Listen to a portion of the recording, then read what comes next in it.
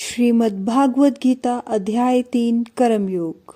अर्जुन ने कहा, हे जनार्दन, हे केशव, यदि आप निष्काम कर्म मार्ग की उपेक्षा ज्ञान मार्ग को श्रेष्ठ समझते हैं तो फिर मुझे भयंकर कर्म में क्यों लगाना चाहते हैं।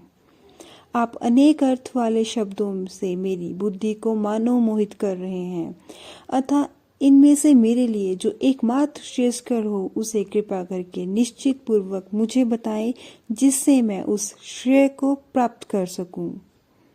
श्री भगवान ने कहा, हे निष्पाप अर्जुन, इस संसार में आत्म साक्षात्कार की 2 प्रकार की विधियां पहले भी मेरे द्वारा कही गई हैं।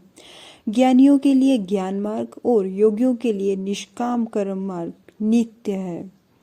मनुष्य न तो बिना कर्म किए कर्म बंधनों से मुक्त हो सकता है और न ही कर्म के त्याग मात्र से सफलता को प्राप्त कर सकता है।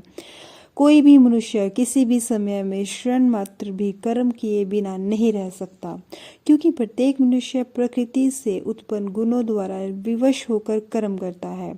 जो मनुष्य कर्म इंद्रियों को वश में करता है किंतु मन से इंद्रियों के विषयों का चिंतन करता रहता है, ऐसा मूर्ख जीवन मिथ्याचारी कहलाता है।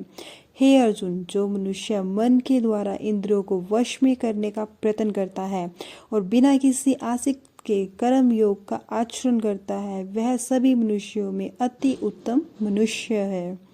हे अर्जुन, तू अपना नित्य कर्तव्य कर्म कर, क्योंकि कर्म न करने की उपेक्षा कर्म करना श्रेष्ठ है। कर्म न करने से तो तेरी यह जीवन यात्रा भी सफल नहीं हो सकती है। यज्ञ की प्राप्ति ही कर्म है। इस यज्ञ की प्रक्रिया के अतिरिक्त जो भी किया जाता है उसमें जन्म मृत्यु रूपी बंधन उत्पन्न होता है। अतः हे कुंती पुत्र, उस यज्ञ की पूर्ति के लिए संग दोष से मुक्त रहकर भली भांति कर्म का आचरण कर। सृष्टि के प्रारंभ में प्रजापति ब्रह्मा ने यज्ञ सहित देवताओं और मनुष्यों को रचकर उनसे कहा कि तुम लोग इस यज्ञ द्वारा सुख समृद्धि को प्राप्त करो। यह यज्ञ तुम लोगों की इष्ट संबंधी कामना की पूर्ति करेगा।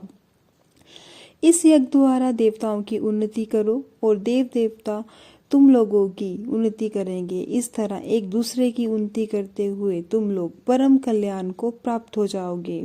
यज्ञ द्वारा उन्नति को प्राप्त देवता तुम लोगों की सभी आवश्यकताओं की पूर्ति करेंगे, किंतु जो मनुष्य देवताओं द्वारा दिए हुए सुख भोगों को उनको दिए बिना ही स्वयं भोगता है, उसे निश्चित रूप से चोर समझा जाएगा।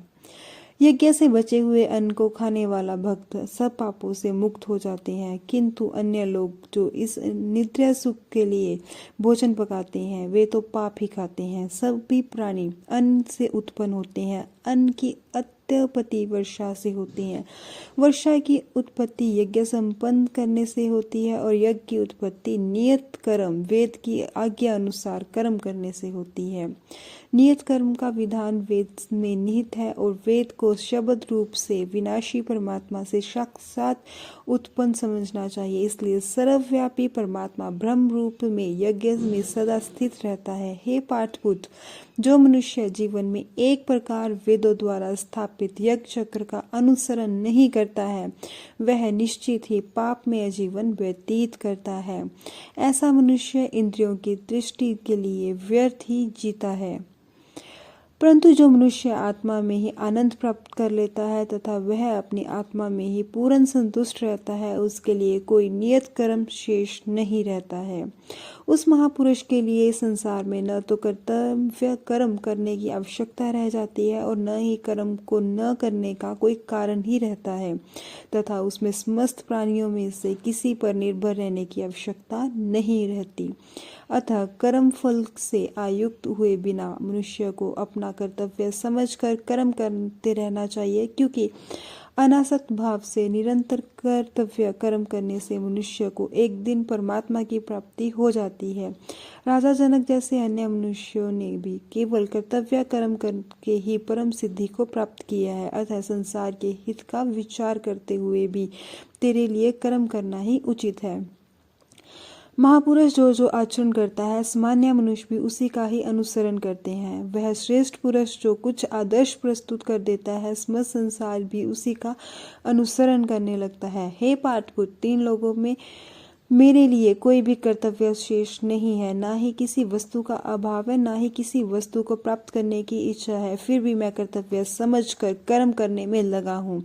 हे पार्थ, यदि मैं नित्य कर्मों को सावधानी पूर्वक ना करूँ तो यह निश्चित ही है कि सभी मनुष्य मेरे ही मार्ग का ही अनुगमन करेंगे। इसलिए यदि मैं कर्तव्य समझकर कर्म ना करूं तो ये सभी लोग भ्रष्ट हो जाएंगे, तब मैं अवांछित सृष्टि की उत्पत्ति का कारण हो जाऊंगा। इस प्रकार समस्त प्राणियों को नष्ट करने वाला बन जाऊंगा। हे भारतवंशी, जिस प्रकार अज्ञानी मनुष्य फल की इच्छा से कार्य करते हैं, उसी प्रकार विद्वान मनुष्य को फल की इच्छा के बिना संसार के कल्याण के लिए कार्य करना चाहिए। विद्वान महापुरुष को चाहिए कि वह फल की इच्छा वाले अज्ञानी मनुष्यों को कर्म करने से रोके नहीं, जिससे उनकी बुद्धि भ्रमित ना हो, बल्कि स्वयं कर्तव्य कर्म को भली प्रकार से करता हुआ उनसे भी भली भांति कराते रहना चाहिए। जन्म से लेकर मृत्यु तक के सभी कर्म प्रकृति के गुणों के द्वारा संपन्न किए जाते हैं।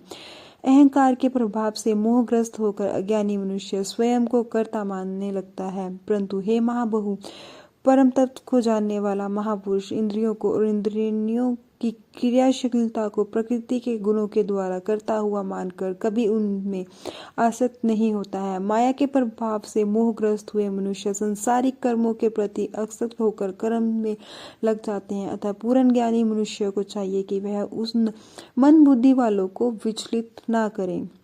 अतः हे अर्जुन, आपने सभी प्रकार के कर्तव्य कर्मों को मुझ में समर्पित करने, पूर्ण आत्मज्ञान के युक्त होकर आशा, ममता और संताप का पूर्ण रूप से त्याग करके युद्ध कर।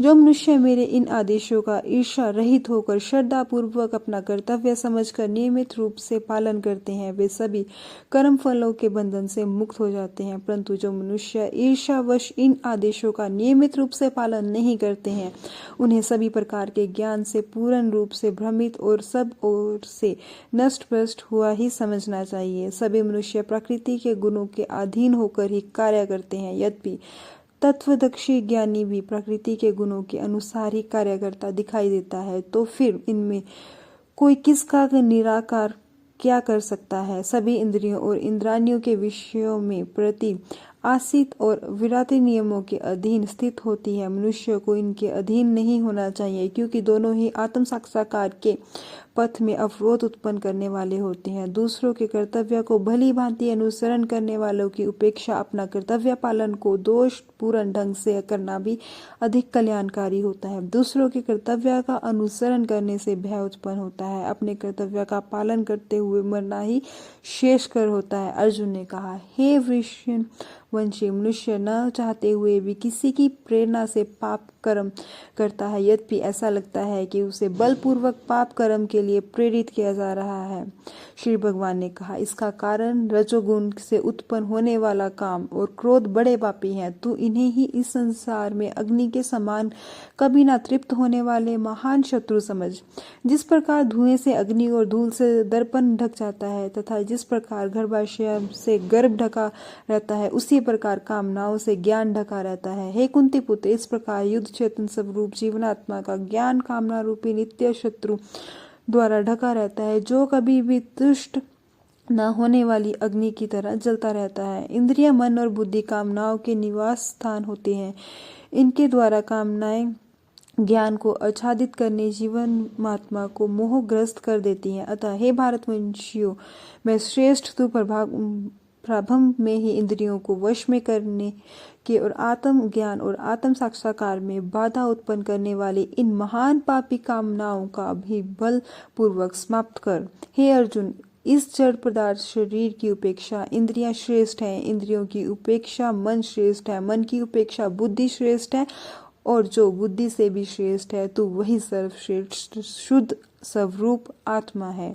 इस प्रकार हे महाबहु अर्जुन, स्वयं को मन और बुद्धि से श्रेष्ठ आत्मा रूप समझकर बुद्धि के द्वार मन को स्थिर करके तू कामनाओं रूपी दृढ़ शत्रु को मार। इस प्रकार उपनिषद, ब्रह्म विद्या तथा योग शास्त्र रूप श्रीमद् भागवत गीता के कृष्ण अर्जुन संवाद में कर्म योग नामक तीसरा अध्याय संपूर्ण हुआ। हरिओम तत्सत।